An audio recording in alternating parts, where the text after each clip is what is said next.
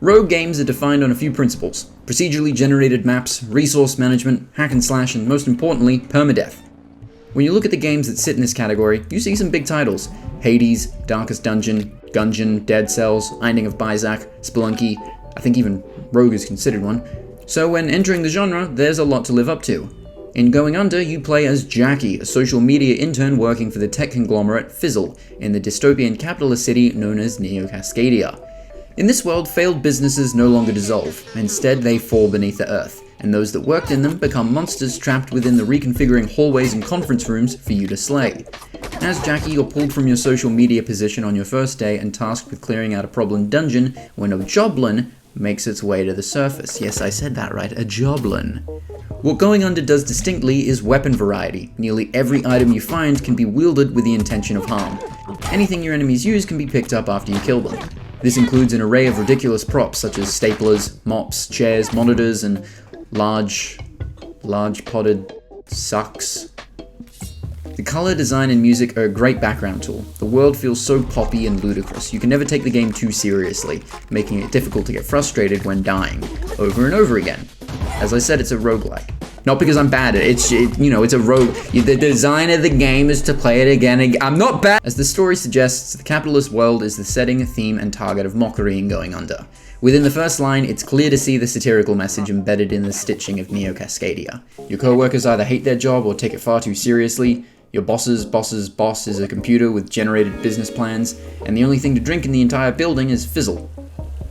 This bleeds into the mechanics of the game as well. The ability to choose a mentor from your office grants you special abilities. Power-ups you find through each level are known as skills. Every dungeon you complete is another notch in your resume. What Going Under does differently to other roguelikes is that, rather than a single run through every level like Hades' escape through each plane of the underworld, you instead complete each dungeon as it opens. The first level, Joblins, features a cast of monsters that reside in the ruins of a failed tech startup.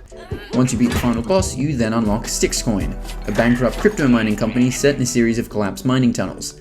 After this point, you can begin runs through Joblin yet again, or start a new challenge in Styx, making your way through an assortment of skeletons, mining carts, and killer bats. And like any good roguelike, the difficulty of the game starts off high and begins to dwindle as you unlock more and more abilities.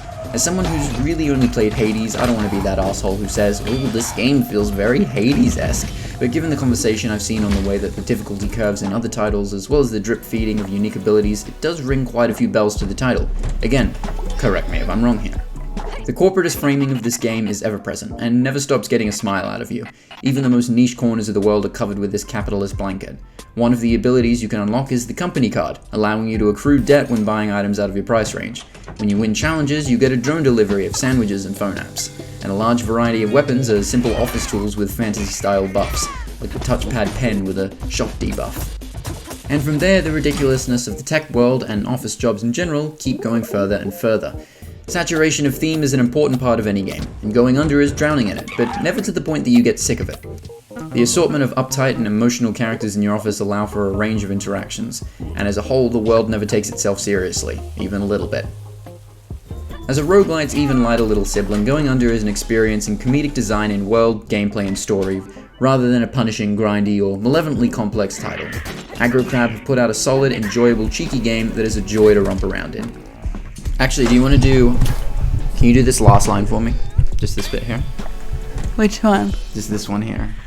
Additionally, if nothing else has sold you so far, you can wield an anime succubus, why can't I say that word, body pillow as a weapon. I'll leave you with that thought for a few seconds. Nailed it, first try. Pretty gross.